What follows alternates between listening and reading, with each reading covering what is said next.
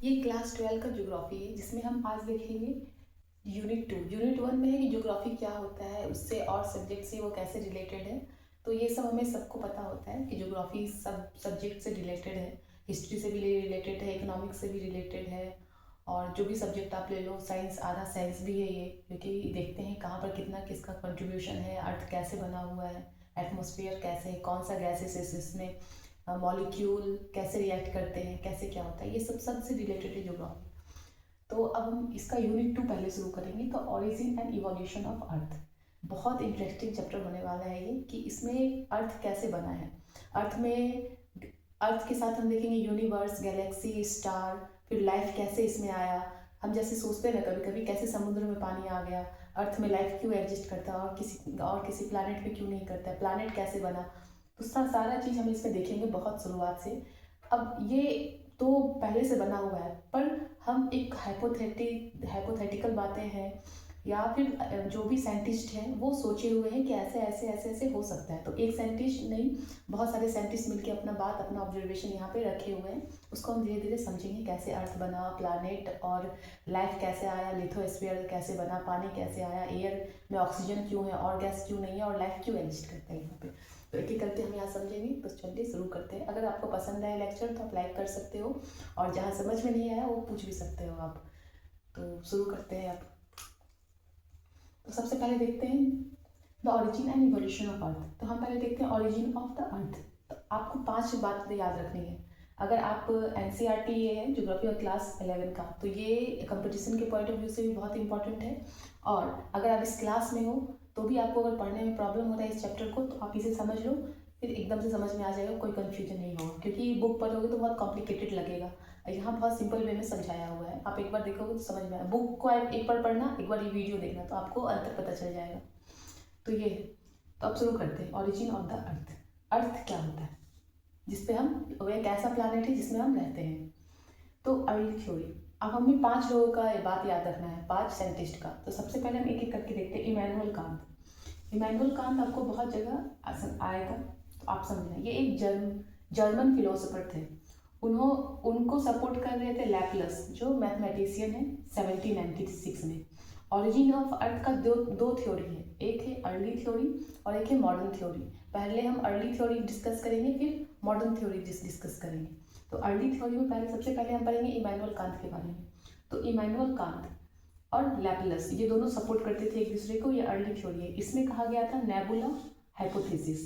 अब ये नेबुला क्या है, ये अर्थ के ओरिजिन का ही बात कर रहा है। तो नेबुला हाइपोथेसिस, नेबुला मतलब क्लाउड, नेबुला का मतलब होता है क्लाउड्स ऑफ डस्ट, गैसेस और ये सब।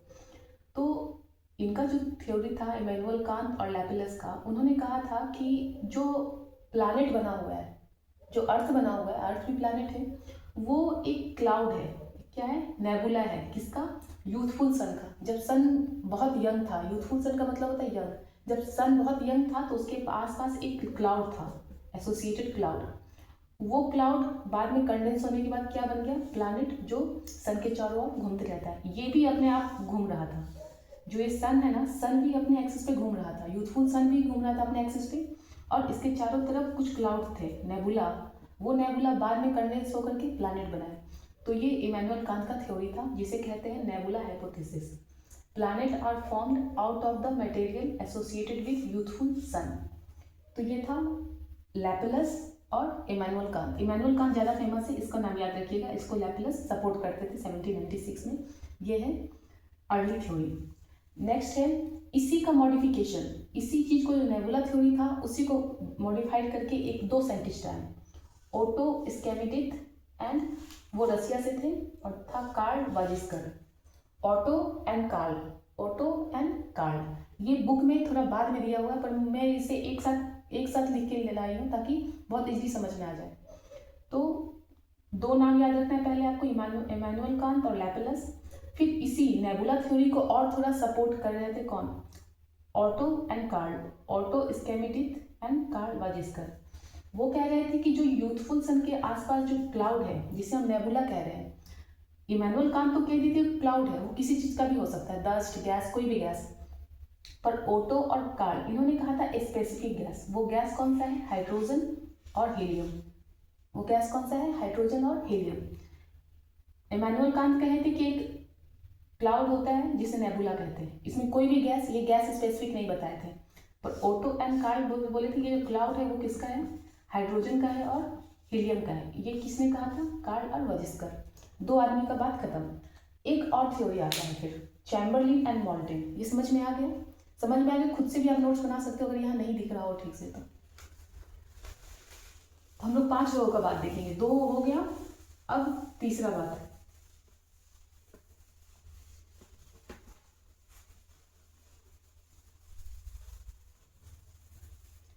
तीसरा है चैम्बरलिन।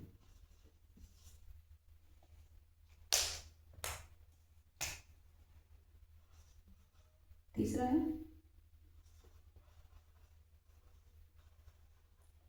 चैम्बरलिन एंड मॉल्टन, जिनका थ्योरी आया था 19 में। उन्होंने कहा था कि वंडरिंग स्टार क्या होता है? Wondering star. वंडरिंग स्टार जो कैंपेनियन ऑफ स्टार है। वंडरिंग स्टार मतलब एक स्टार तो हमारा सन है और एक दूसरा स्टार है वंडरिंग स्टार।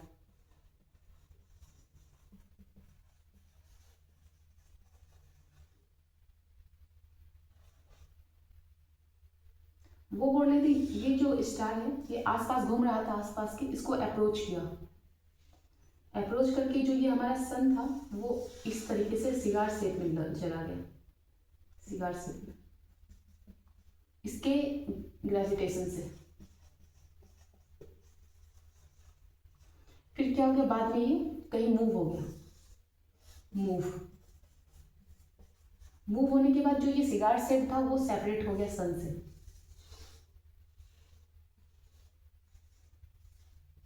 और फिर ये बन गया प्लैनेट। तो ये वंडरिंग स्टार का बात कहते हैं। और इसे जो सपोर्ट कर रहे थे वो है sir James Jeans and sir Harold Jeffrey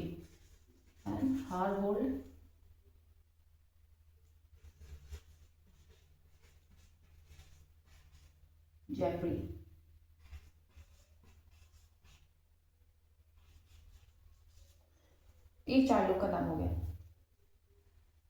पहले चैम्बरलिन, मतलब चैम्बर जैसे याद रखो, चैम्बर सिगार शेप में बन गया, तो ये चैम्बरलिन का थ्योरी था। और मॉल्टिन सिगार शेप बन के वो मॉल्ट होके फिर प्लैनेट बन गया, ऐसे याद रखना।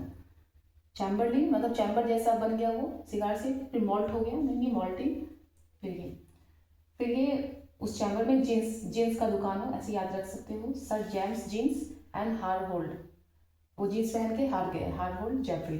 तो 4 लोग इसे सपोर्ट किए थे। इसी थ्योरी को एक और नाम है इसका, इसको कहते हैं binary theory. Binary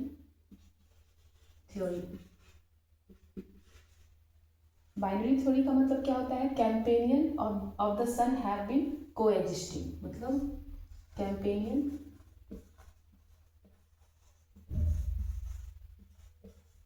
of the sun coexisting. इसका नोट्स का कोई मतलब नहीं है क्योंकि ये ऑलरेडी मतलब एनसीईआरटी में सारा लिखा हुआ है, पर लिखा हुआ चीज़ को तो हम समझ रहे हैं ना, तो बार बार लिखने का क्या ही मतलब है, टाइम वेस्ट। तो कैंपेनियन ऑफ द, पहला हम लोग पढ़े इमैनुअल कांत लैपलेस का, फिर ऑटो एंड कार्ल उससे सपोर्ट कर रहे थे क्योंकि वो जो चैम्बरलिन जो इमैनुअल कांत थे वो बोले थे नेबुला होता है, पर नेबुला कौन सा गैस कौन सा डस्ट है ये नहीं बताए थे, पर जो कार्ल एंड ऑटो थे वो बताया कि वो जो गैस है वो हाइड्रोजन और हीलियम का है। नेक्स्ट आया companion binary theory. Binary theory का मतलब होता है कि सन के साथ एक और सन था जो उसे अप्रोच कर रहा था, उसे ग्रेविटेशन से खींच रहा था, खींचने के कारण ये सिगार शेप का हो गया। सिगार शेप में जब वो हो गया, फिर जब वो कैंपेनियन स्टार था जो एक और स्टार था वो जब मूव हो गया दूसरे डायरेक्शन में, तो ये यहाँ से सेपरेट हो गया। सेपरेट होने के बाद वो प्लैनेट बन गया।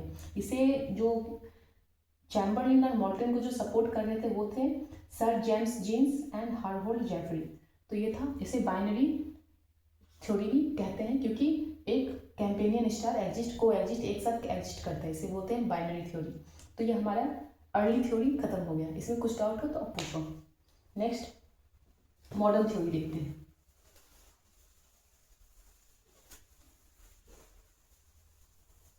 इसको चैप्टर पढ़ने में बहुत दिन लग जाएगा, 3-4 दिन लग जाता है समझने में। पढ़ने में तो हो सकता है 1 दिन में लग जाए, पर समझने में आपको बहुत दिन लग जाएगा, 10 दिन, या फिर हो सकता है समझ में नहीं आया यहाँ है, फिर फ्रस्ट्रेट हो गए।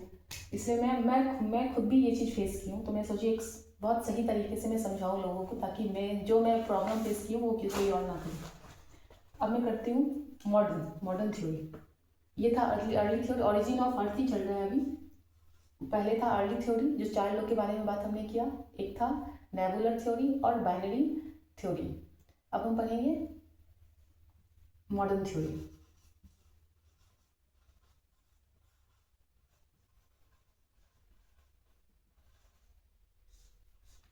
मॉडर्न थ्योरी क्या होता है, इसमें पहले हम देखेंगे ऑरिजिन ऑफ यूनिवर्स।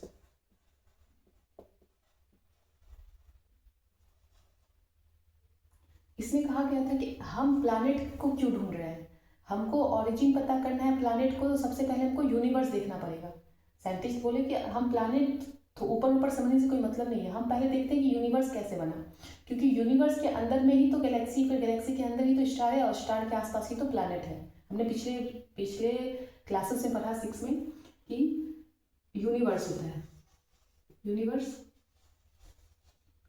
यूनिवर्स के अंदर क्या होता है, गैलेक्सी, बहुत सारे गैलेक्सी होते हैं। गैलेक्सी के अंदर स्टार, और स्टार ही सोलर सिस्टम हमारा प्लैनेट बनाता है। एक गैलेक्सी में हजारों स्टार होते हैं। तो हम क्यों ना प्लैनेट की जगह यूनिवर्स को समझें, तो हमें ज़्यादा समझ में आएगा। यूनिवर्स भी समझ में आ जाएगा, और प्लैनेट कैसे बना ये हमें पूरा डिटेल में समझ में आ जाएगा। तो इस वजह से मॉडर्न थ्योरी में क्या कहा गया कि हम प्लैनेट के बजाय हम ये समझते हैं कि यूनिवर्स कैसे बना। तो इस चीज़ को समझने के लिए एक बहुत ही फेमस बिग बैंग थ्योरी आया। पहला थ्योरी क्या नाम है, बिग बैंग थ्योरी, जो किसका था, एडवर्ड, याद रखना एकदम, एग्जाम में पूछ लेते हैं, एडविन हबल, 1920। ये थ्योरी दिए थे बिग बैंग एडविन हबल 1920 में, विथ एविडेंस,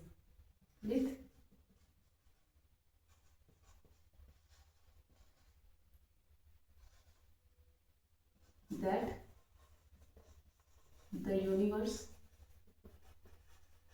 is expanding।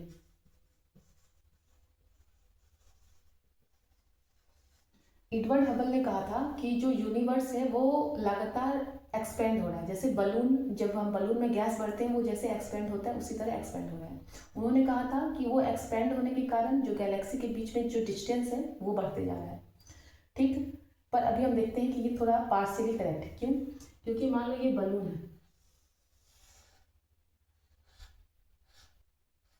मान लो यहाँ 5 स्टार हमने रखा, ठीक, जब इसे हम एक्सटेंड करते हैं,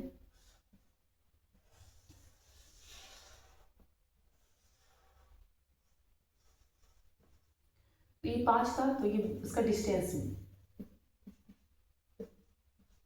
मान लो डिस्टेंस बढ़ गया।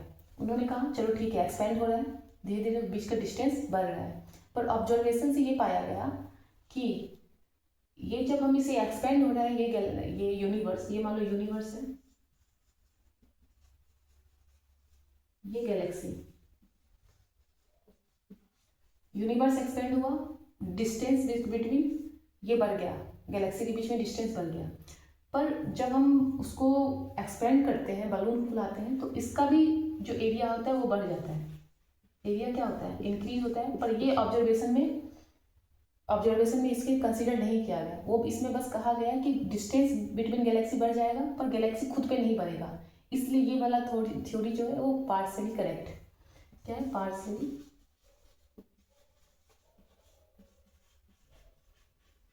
करेक्ट। ये इसे एक्सपेंडिंग थ्योरी ऑफ यूनिवर्स भी कहते हैं। क्या बोलते हैं? एक्सपेंडिंग थ्योरी ऑफ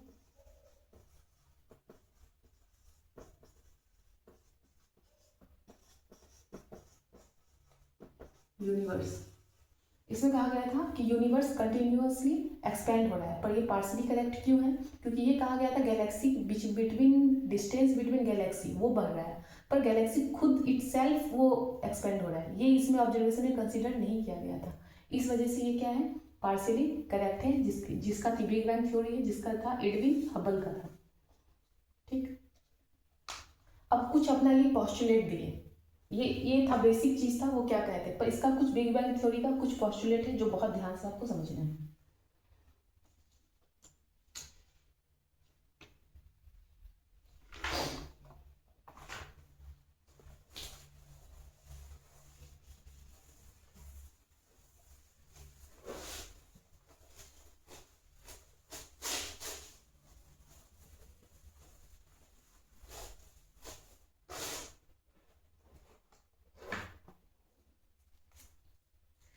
इसका पॉस्टुलेट इस तरीके से, पहला ये है कि जो यूनिवर्स है वो एक पॉइंट था, सिंगुलैरिटी, सिंगुलर एटम। जो यूनिवर्स है, पूरा दुनिया है, वो एक जगह एग्जिस्ट करता था पहले, ये पॉइंट है मान लो, इसको सिंगुलैरिटी थ्योरी भी बोलते हैं। सिंगुलैरिटी टीनी बॉल की तरह था। क्या है? Tiny ball.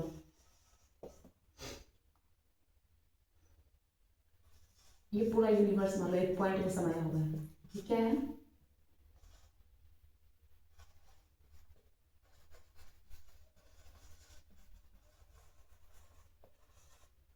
स्मॉल वॉल्यूम, बहुत छोटा सा स्मॉल वॉल्यूम है।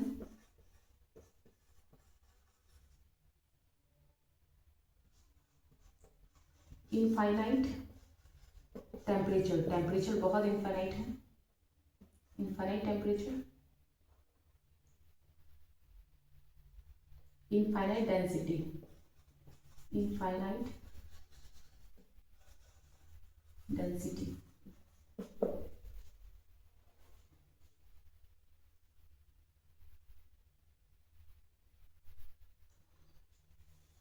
तो ये कहा गया था, ये जो टीनी बॉल है, शुरुआत में सबसे जब शुरुआत में बना था, एक बॉल जैसा था, पूरा दुनिया क्या था? एक बॉल जैसा था, उसी से सूर्य, चंद्रमा, जितना भी स्पेस प्लैनेट सब बना।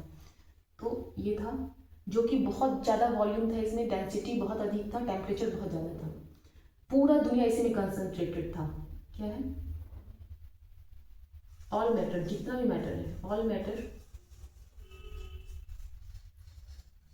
कंसंट्रेटेड। दुनिया जो भी हमारे आसपास स्पेस, जितना भी मटेरियल है, सन, गैलेक्सी, जितना भी तरह का गैलेक्सी है, यूनिवर्स है, सब एक सिंगुलैरिटी, थ्योरी ऑफ सिंगुलैरिटी, एक एटम में कंसंट्रेटेड था बहुत पहले। ये ऑब्जर्वेशन मतलब जब स्टडी करते हैं यूनिवर्स के बारे में तभी से बताया गया कि दुनिया जितना भी इसमें चीज़ें वो एक जगह कंसंट्रेटेड था, जिसको सिंगुलर एटम, सिंगुलैरिटी थ्योरी भी कहते हैं। ये जो सिंगल बॉल था, टीनी बॉल, उसमें infinite volume, infinite temperature, infinite density था, जिससे कुछ मेजर नहीं किया जा सकता, इतना वॉल्यूम और डेंसिटी था। एक दिन क्या हुआ? ये ब्लास्ट हो गया। दूसरा थ्योरी क्या है? Big bang. किसी कारण से क्या हो गया? ये ब्लास्ट हो गया, जिसे बिग बैंग बोलते हैं, एक्सप्लोडेड। होता है ना, कोई गलती से आदमी गिर जाता है, चलते चलते गिर गया, तो इसी तरह कुछ हुआ, इसमें घूमते घूमते ये एक्सप्लोडेड हो गया, ब्लास्ट हो गया। तो ब्लास्ट होने से क्या होता है इसमें? कितना साल पहले ब्लास्ट हुआ? 13.7 बिलियन ईयर एगो, जब यूनिवर्स बना, तभी यूनिवर्स बना, ये ब्लास्ट हो गया। जब ये ब्लास्ट हुआ तो इसमें infinite volume, infinite density, infinite energy, infinite temperature थी। ब्लास्ट होने से क्या हुआ? एनर्जी एक्सपेंड हो गया, ये ब्लास्ट हो गया, एनर्जी क्या हो गया? एक्सपेंड हो गया। ठीक, ये एनर्जी किसमें कन्वर्ट हो गया? एनर्जी कन्वर्टेड इनटू, नहीं दिख रहा होगा, अच्छा दिखता है,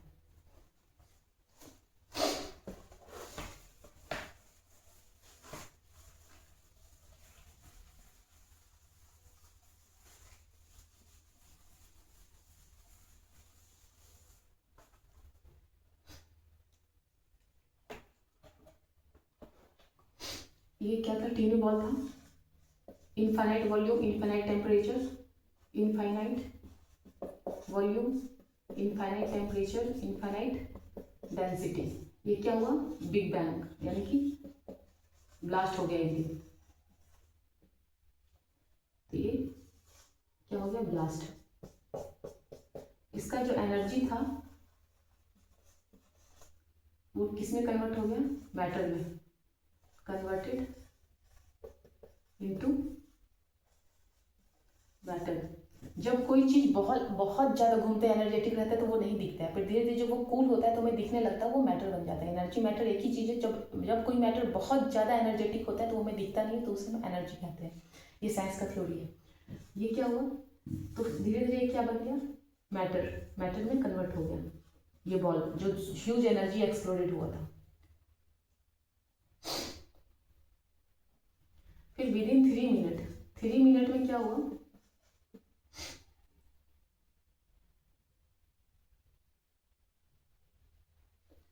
three minute first atom form हुआ था। इन 3 मिनट फर्स्ट एटम फॉर्म। दुनिया के एटम और मॉलिक्यूल से ही बना हुआ है।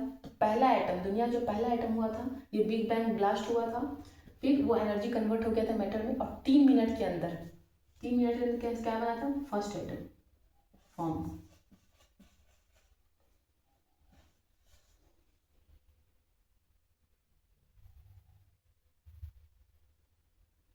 फिर क्या हुआ, फिर धीरे धीरे ये ऐसे ऐसे एटम बनते रहा, क्योंकि बहुत, अगर मतलब हमारे जो प्लानेट है वो लाखों करोड़ों अरबों एटम से मिलकर बना हुआ है। 3 मिनट में इतना एक एटम बना, इसका एक्सप्लोजन होने के बाद एनर्जी धीरे धीरे वो कन्वर्ट हो गया मैटर में 3 मिनट में। बहुत जल्दी जल्दी ये काम हुआ। फिर ऐसे बनते बनते और भी मैटर बनते गया, एटम बनते गया, बनते बनते 3 लाख साल में टेम्परेचर डाउन हो गया। टेम्परेचर कितना डाउन हो गया, 4,500 केल्विन टेम्परेचर डाउन हो गया, and give rise to atomic matter. फिर क्या बन, ये किसको राइज किया, rise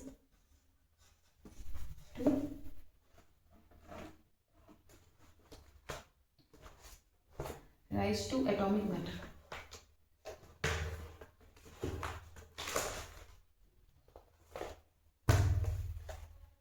rise to atomic matter. ठीक, इसी तरह कैसे बन गया, 3 लाख साल में टेम्परेचर 4,500 केल्विन हो गया। जब कोई चीज़ कूल हो जाता है तो जितना कूल होगा उतना बड़ा मैटर बनेगा, तो वो मैटर बन गया। धीरे धीरे कूल हुआ तो जितना धीरे धीरे को, जैसे हमने इनसाइड ऑफ द अर्थ पढ़ा था, वो धीरे धीरे कूल होता है तो बड़ा मैटर बनते जाता है। इतना साल में कूल हुआ और वो एटॉमिक मैटर बन गया। धीरे धीरे हमें यूनिवर्स ट्रांसपेरेंट दिखने लगा, और यूनिवर्स क्या हो गया, ट्रांसपेरेंट। यूनिवर्स बिकम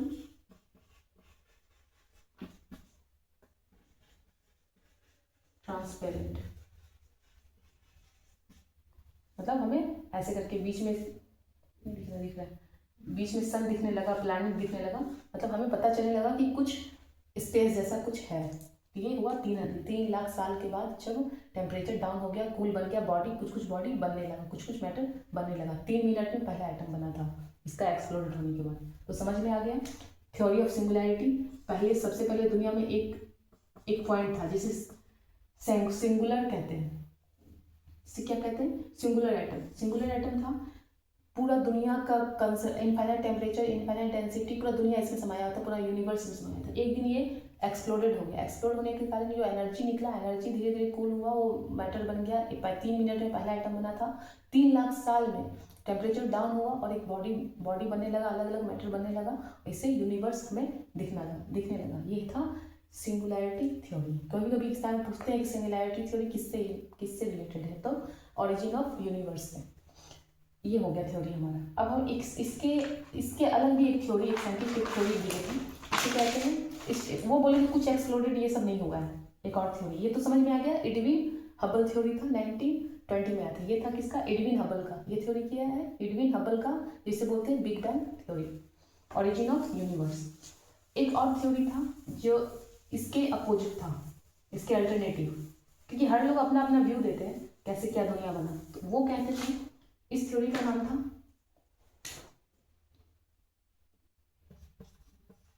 होयल concept of steady state. Hoyle's concept of steady state, ये कहते हैं universe to be roughly the same at any point of view and any point of time। मतलब no beginning no end, no beginning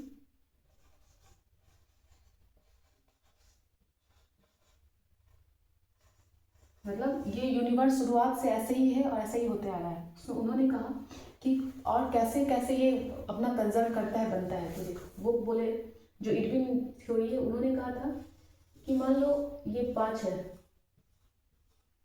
expand हो रहा है, ठीक, expand होने के बाद ये बहुत सारा बनाएगा, ये भी बनेगा, और ये जो एक्स्ट्रा बना वो दूसरे जगह रिप्लेस हो जाएगा, चला जाएगा, और ये इतना ही कंसंट्रेट रहेगा।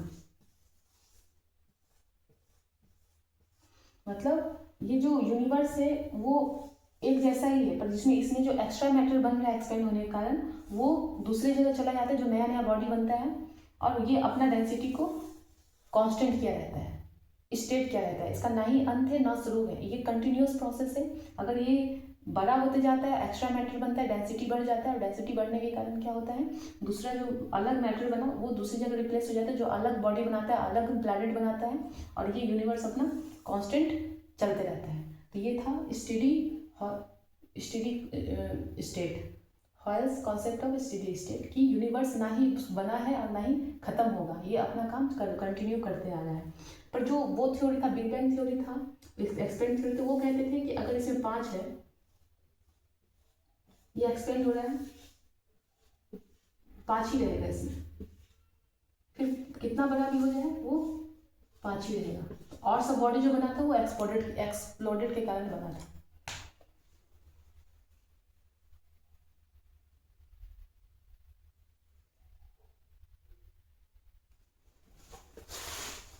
तो ये था थ्योरी, मॉडर्न थ्योरी।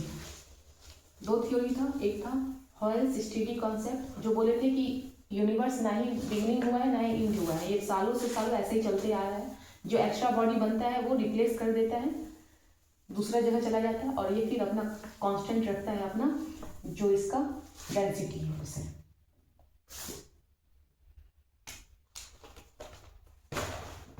अब हम देखते हैं स्टार फॉर्मेशन, स्टार कैसे बना है।